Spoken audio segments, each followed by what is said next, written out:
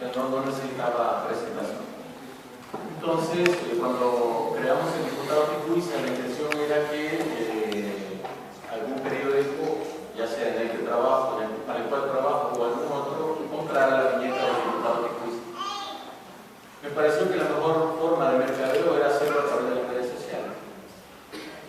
Pero además estaba padeciendo, estaba en tratamiento, en algún tratamiento médico y había como muchas cosas adentro, ¿no? que necesitaba soltar. Cosas más íntimas. Entonces, de repente se me ocurrió crear Automomo, ¿verdad? Para contar esa parte íntima. Contar sin decir que era yo, de alguna manera. Y entonces hice la primera viñeta de Otto un mes después de haber creado el diputado Ticuiza. El diputado Ticuiza no tuvo éxito, seguramente porque la gente ya está aburrida de que todos los diputados son ticuiceros, así que no había nada nuevo. Sí, con 84 es suficiente, 85 ya no me encanta. Entonces, hice la primera viñeta de Otto y Momo en agosto. De ahí recibí varios mensajes, todas habían sido publicadas en Facebook. Recibí 3 o 4 mensajes de ¿cuándo vas a volver a sacar otra viñeta de Otto y Momo? ¿Puedo tomar tu viñeta de Otto y Momo para ponerla en Facebook? ¿Puedo ponerla de cover? Etcétera. Y entonces, en noviembre, salía yo de este tratamiento médico y publiqué la siguiente viñeta de Otto y Momo. Y después la gente empezó, ¿cuándo vas a sacar la otra? ¿Cuándo vas a sacar la otra? ¿Cuándo vas a sacar el libro? ¿Cuándo vas a hacer la serie animada? Y entonces fue la gente la que me empujó a que hoy tengamos esto entre manos, ¿no? Fue la respuesta de la gente. Y todo fue a través de redes sociales. Así que usted me pregunta cómo hago para que toda esta gente esté aquí. Fueron ellos los que me dijeron que lo hiciera. No fue idea mía, ¿no? Le pregunto, un poco en broma, pero la verdad es que quienes trabajamos en el ámbito cultural, tengo más de 40 años, siempre que hay un evento nos asalta la incertidumbre de si va o no a venir.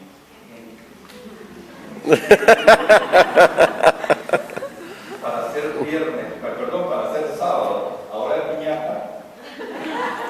Le prometimos que iba a haber piñata y dulce al final. Pues por eso. Bien, cuando habla de la globalización del arte y menciona Neruda, ¿qué nos quiere decir? A ver, yo escuché por primera vez un poema de Neruda en italiano cuando tenía 7 años. Estudiaba en el Instituto Filial y el padre Miguel de Marchi, que fue casi un segundo padre para mí, está mi amigo, puedo decirlo a todos, mi amigo Chespirito, que fue compañero mío en el Filial y recordará al padre Miguel también, que fue casi un segundo padre porque mi situación económica era muy difícil y él de una manera muy altruista se ocupó de mí. Entonces una vez le dije, usted es de Italia, ¿puede decirme algo en italiano? Y él fue a su cuarto, sacó un libro de Neruda en italiano y leyó el poema 15. Por eso viene un poco el homenaje en esa viñeta a ese día. Pero además porque ahora con la globalización del arte casi estamos hablando también de la piratería del arte. Entonces, o sea, junto con la globalización vienen algunas cosas negativas. Entonces, digo, y cualquiera busca un poema, lo copia y le dice a alguien, mira, te escribí esto. O el cartero de Neruda, sí, claro. Pero a ver, también en el mismo cartero de Neruda hay una frase fantástica, mágica, que dice la poesía no es de quien la escribe, sino de quien la necesita. Es decir, también la globalización te trae cosas buenas. La viñeta de Otto y Momo no son de Otto, sino de quien la necesita o de quienes me la pidieron en la manera que se nos cree. Bien, voy terminando y le voy a hacer al final la pregunta que debería haber hecho al principio. Cuando empieza Otto a darse cuenta de que el dibujo es el lenguaje con el cual se debe expresar. A muy temprana edad, insisto, mis primos están aquí, no me van a dejar mentir, así que no les voy a engañar. Yo escribí hace poco, agradeciéndole a ustedes esta publicación el día de ahora, y decía, yo yo era un niño de lentes gruesos. Hay niños, así que no voy a decir cómo le llamábamos en esa época a los lentes gruesos. Pero ustedes ya saben. No, el bullying solo se lo dijo a los políticos, a eso no es bullying. Entonces era un niño con lentes gruesos, cabezón, sigo siendo cabezón, gordito, no muy ágil, un estudiante promedio, disléxico, al que le costaba leer o escribir, con una situación económica difícil, en la casa, las carencias que teníamos, las ventajas que teníamos, como cualquier otro niño de la época. Y lo único para lo que era bueno era para jugar de portero en la calle con mis otros compañeros, ¿no? Pero un buen día mi tío Morris llegó a los Balcanes, él comenzó a hacer un curso por correspondencia de dibujo y todos los sobrinos nos poníamos a la par de él a verlo dibujar, ¿no? Y de alguna manera todos dibujamos, quién más, quién menos, pero todos aprendimos junto a él a dibujar. Entonces, fue que me di cuenta que con el dibujo podía contar cosas que yo no podía expresar con las palabras, ¿no? Pero fue, a ver, me estoy un poco nervioso. Un buen día, no había redes sociales, aunque no lo crean, los más jóvenes, hubo un tiempo que las redes sociales no existían. Se vive y se sobrevive sin ello. En esa época, el único lugar donde podíamos encontrar referencias para dibujar eran los periódicos.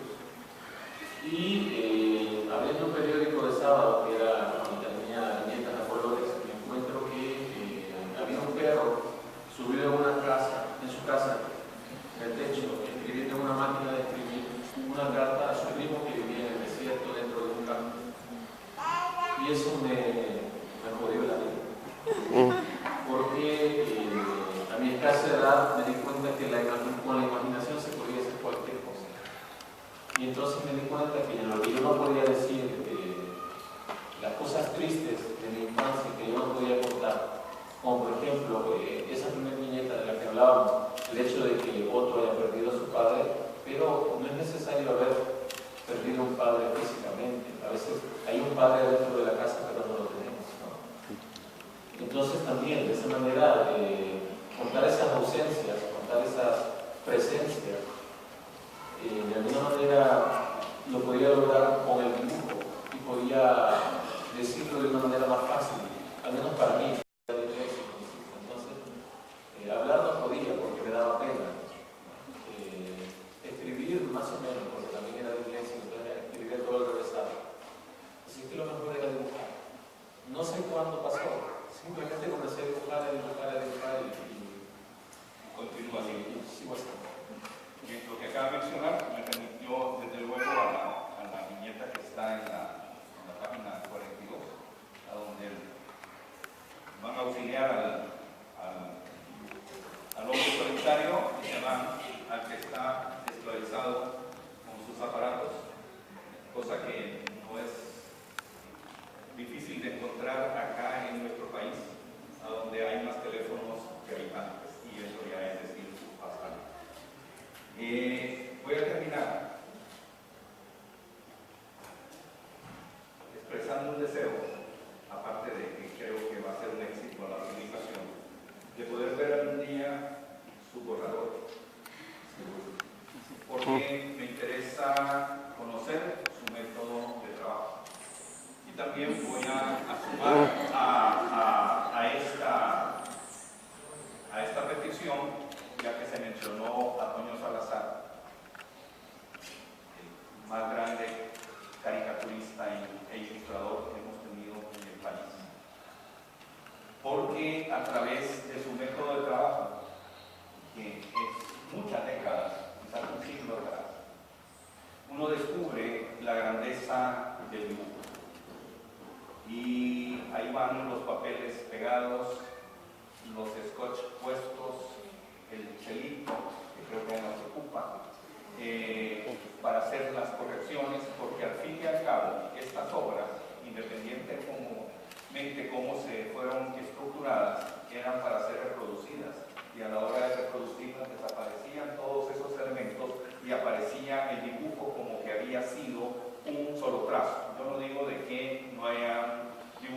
que de un solo trazo puedan construir una excelente figura o conjunto de figuras. Pero siempre hay claves que nos permiten descubrir cómo es que se llega a ese final, conociendo desde el principio. Yo les agradezco a ustedes que han tenido la paciencia de escuchar, a otro que haya aceptado que, sin quedar, no tenía más remedio, aceptado que hiciera esta presentación, más que todo, siendo él el protagonista, porque él es el protagonista de esta tarde. Y desde luego a Carlos, el haberme invitado para estar acá con ustedes compartiendo estos momentos. Espero de que haya ayudado a cada uno de ustedes para descubrir algunas pistas de las que están en este libro y que nos permiten tanto acercarnos a la nobleza de ambos personajes como conocer un poco más el mundo de Otto y los riesgos que se corren al publicar